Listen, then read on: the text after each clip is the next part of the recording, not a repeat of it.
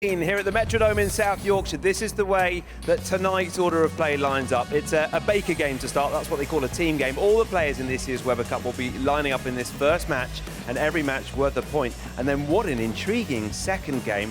Parker Bone III, making his debut here at the Webber Cup, is out first. That is a very bold call from his captain, up against Martin Larsson, who's got plenty of experience and has won at this tournament many times in the past. All the players playing tonight in singles matches as well, and then a captain's pick to finish things off at the end of the evening. We'll tell you a little bit more about that as it goes, because it's a lot of fun, the captain's pick. So, the first match of this year's Webber Cup, we are ready to get it underway. Let's head over to Cass Edwards and Simon Golding. Thanks, Tony. Once more into the breach as Webber Cup 16 gets underway here at the Barnsley Metrodome with something a little bit different for our pro bowlers, a match format that they do not encounter on a regular basis. The Baker, as it's called, and Cass Edwards alongside me. Just talk us through what we're going to see in this team game. Thank you, Simon. Yeah, well, you're going to see all of the players bowling. Two of them will play 2 frames each, and the lead-off man and the number 2 man will bowl 3 frames each. So it's a 10-frame game, and we see Parker Bone III starting off, the debutant and the only left-hander in the whole tournament. Not the most comfortable start from Parker. The big names on the PBA tour that we've been waiting to see appear and play in this tournament over the years, and we've seen pretty much all of them. And one big hit for Team USA this year, losing their captain, Chris Barnes. He's undergoing back surgery for a herniated disc, and we wish him well with his recovery. Parker Bone clears up the spare and has a bit of fun with the crowd. We'll see plenty of that from him during the course of the next 3 days. First for Team Europe, the man he's going to play in the singles match coming up after this Baker. Goes by the name of Lucky Larsson, Martin Larsson from Sweden. 36-year-old Swede. Great performances on the European tour before making it across to the USA.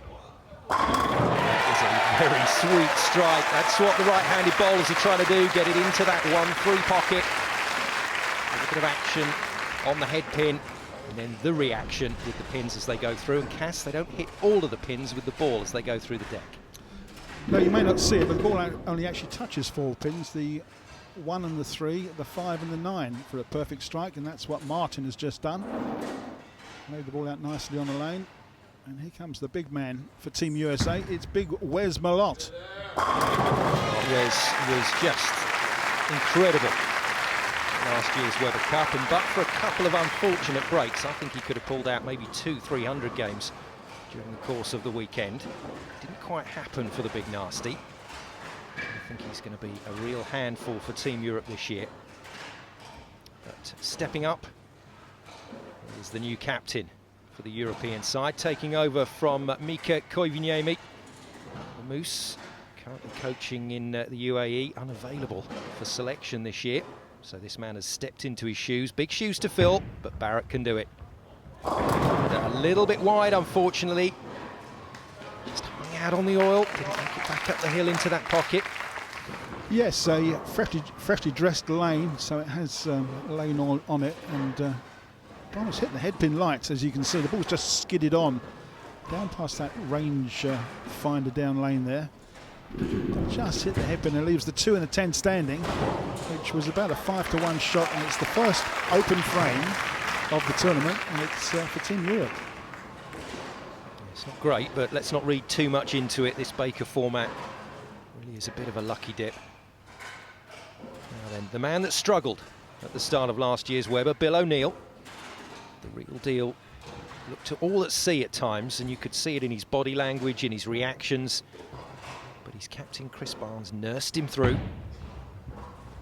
He's back here again to see if he can claim the trophy, and he's a lucky boy. That was nearly the big split, the 7-10. Yes, indeed. It was quite a good-looking shot, I must admit. Not pretty much into the 1-3 pocket, but the 4-pin just missed the 10-pin there. It sat flat in the gutter. The 7-pin's gone. But that 6-pin just wouldn't kick the 10 out. So it can only be a spare. He's going to go hard and straight, just like that, and takes the spare away nicely. A different ball that the bowlers use to bowl the spares. They want something that will not deviate on the lane. Whereas their strike ball is something we'll see them do all sorts of things with. Yeah, that's right, Simon. The spare ball is a harder surface ball and consequently goes a bit straighter. But the strike balls are very soft and pick up a lot of friction on the lane. But when the ball comes off the lane or onto the dry back end of the lane, that's when you see the big hook take place. Drives in through the 1-3 pocket for the right-handers. Stu Williams then gets his Weber Cup underway. There's a 4-pin difference before that shot, but again, no strike for Team Europe. So that potential maximum score is once again lowered. It's looking good at the moment for a Team USA point, but we've still got a ways to go in this Baker. First job to be done. Just clear up the frame. Does so very well. Both he and Don Barrett emerging as superstars on the US PBA Tour virtually at the same time. Yeah, that's right, Simon. Stu Williams was the first UK player to win a PBA title, and within a couple of weeks Don Barrett did exactly the same thing. So we've got a couple of superstars from the UK and representing Europe as well. Another superstar for Team USA, their captain, new captain, taking over from Chris Barnes. Tommy will be the first to tell you that that's probably a temporary arrangement. But TJ looking to lead the team to victory. Just look at this for a backswing. Serious revs on that ball and holds it up nicely into the pocket. All 10 go down. And USA maintain their potential maximum at 270. This was a good strike. Yes, something that Tommy Jones is used to doing here at the Metrodome. He's had 4 300 games in the past, and there's no reason why he may not have another one this weekend, or at least somebody will. I'm predicting that there will probably be at least 1 300 game. Oski Palermo then, is this going to be Europe's secret weapon? Back in the team after 2 years out in the wilderness. The former captain from Finland will not have escaped your attention, that he's a two-hander. And just like Parker Bowen is the only left-hander, this is the only two-hander in this competition. He and a certain Australian blazing a trail for the two-handers recently over in the States.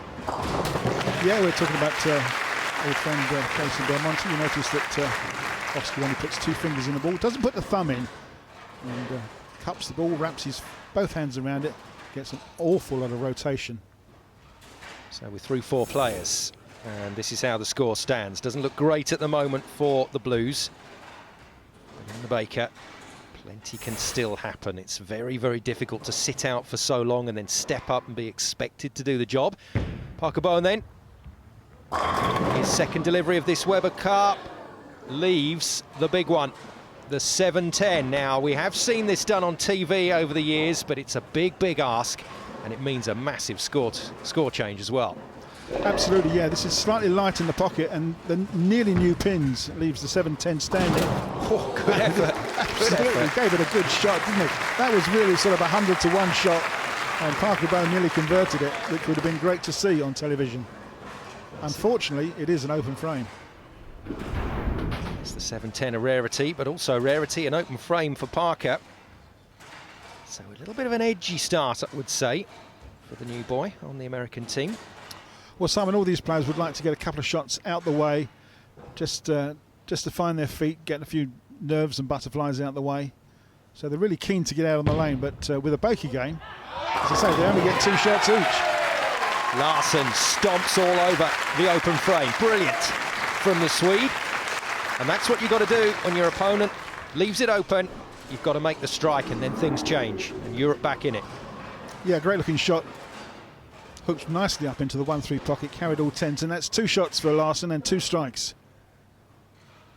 That'll be Wes. Put down a lot of power during last year's tournament, and it's going to be a problem in the singles matches because of the amount of revs he gets, the amount of oil he's going to move down that lane. Sweet bowling from the big nasty from Pflugerville in Texas.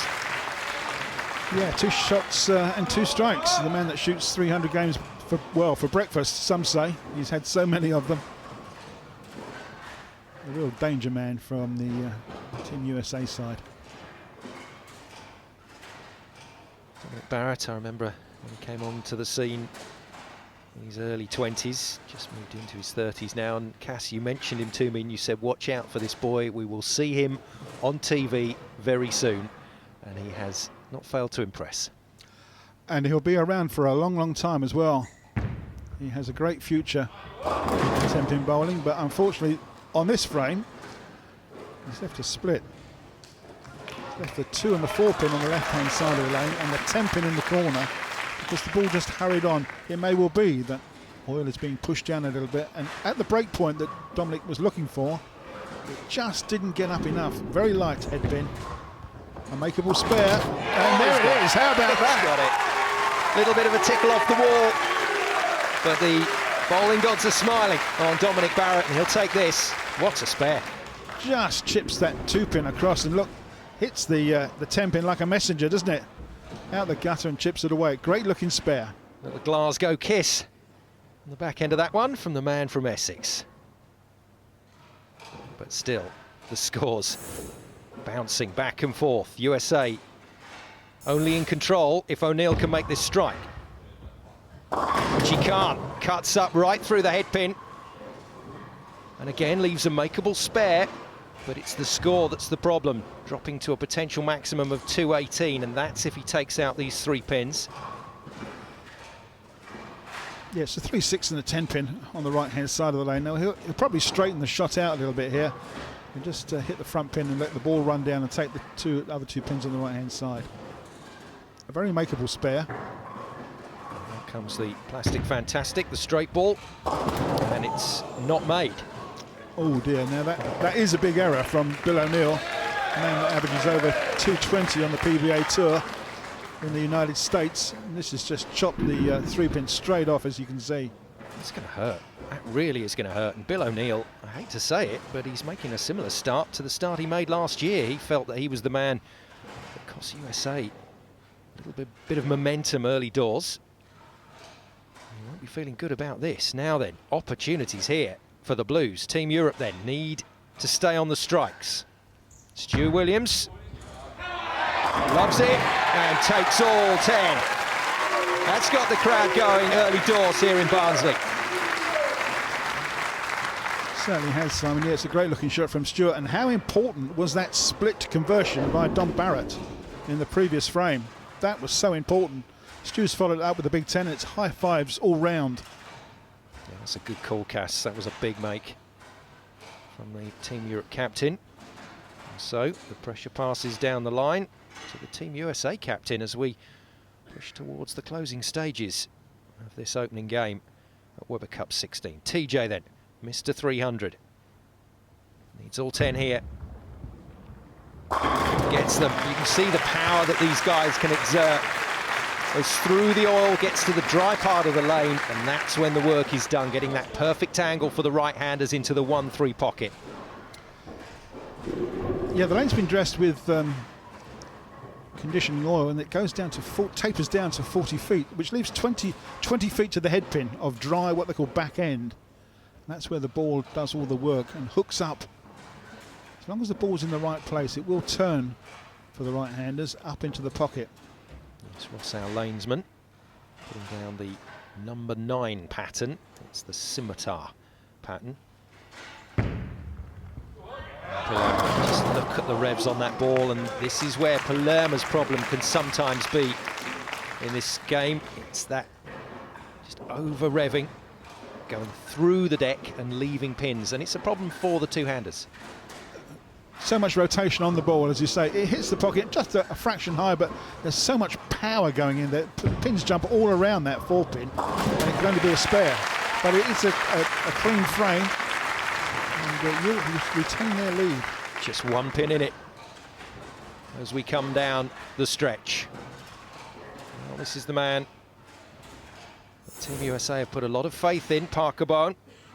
Well, they've put him in the number 1 position, so he's going to shoot 3 frames, and this is the last one. It's frame 9 for him. And Big Wes will be the finisher. Yeah, that's where to play, Big Wes, certainly, but this is the foundation. And the foundation, I'm afraid, is a little shaky from Parker Bone. Yeah, had a chance there to make the double for Team USA, but couldn't make it. Leaves a single pin standing. And looking back at the score sheet, Team USA have not hit a double, i.e. 2 strikes in a row for the whole game.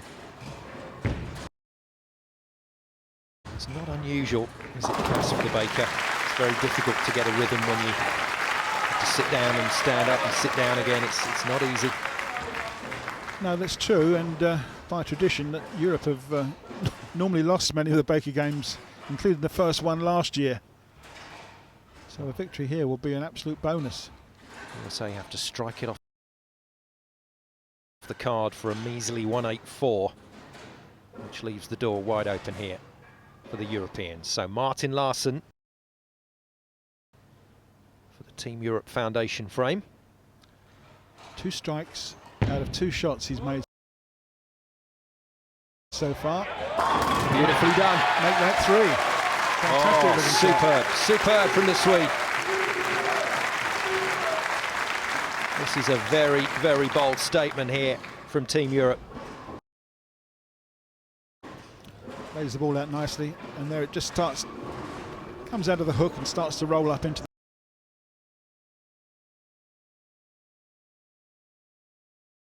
the pocket. And with the right power and momentum, it'll take all 10 pins away like it did. 3 strikes for Larsson. 3 stroking strikes from the Swede, and we go from that to the cranker. The power of Wesmolot. Now all he can do is ask a question here. Strike it off the card and set a mark. She begins nicely. Come back to the line. This man was so good last year, Cass, wasn't he? And that's the worry, I think, for Team Europe. If Wesmolot fires again, if Bill O'Neill is okay, and if Parker Bowen, the left-hander, copes nicely all on his own out there on the lane, then this could be very, very strong for the USA this year. As I said, it's very early days, and this is a short sort of 100-metre sprint, this format. And only a couple of shots each, but Wes needs to 3 strike out for 184, which unfortunately probably won't be enough, because that will mean that Europe just have to make a spare to win. Messenger gets across. I think it's toppled the 10.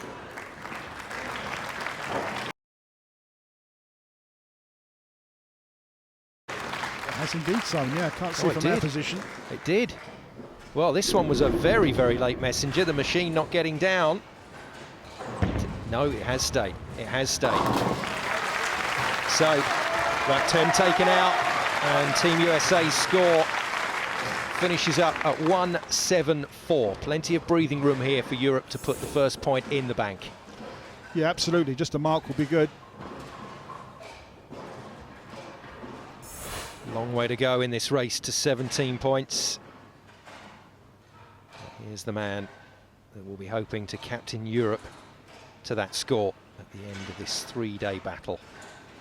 But you can't think in those terms. You just have to live in the now. Dominic Barrett needs a strike. Any strike or spare will be good. An open frame will be no good. Barrett to do it in style then. He's got it. Just tightens up his line a little. And there's the point in the bank for Team Europe. Yeah, high fives all round. Almost a little bit of showboating there from Dom Barrett. It was a great looking shot. It strikes in the 9th and 10th for Team Europe. That's an absolute classic looking shot. All 10 pins in the back of the pit. And anything else is just a bonus. And now the crowd will help him through this one. Not that he needs it. The game always bowled out with all the frames. Some opportunities for a bit of experimentation for the players. The job is done for Team Europe. Dominic Barrett will be feeling that pressure is just lifted a touch. A good start then for the Europeans. 194 beats 174. That's the final totals in the Baker.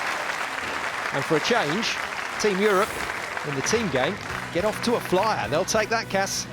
Absolutely, yes. An early point, and it all counts. Certainly does. Well, all smiles at the moment because these guys know there's a long, long way to go. And when you get to the singles and doubles, it's all very, very different. But for the Baker, it's all blue. Good start from the Americans. Looked like they were going to take it home from about the midway stage. But then a couple of open frames, and that was it. It was all done. And that fantastic double was good enough. More to come after the break.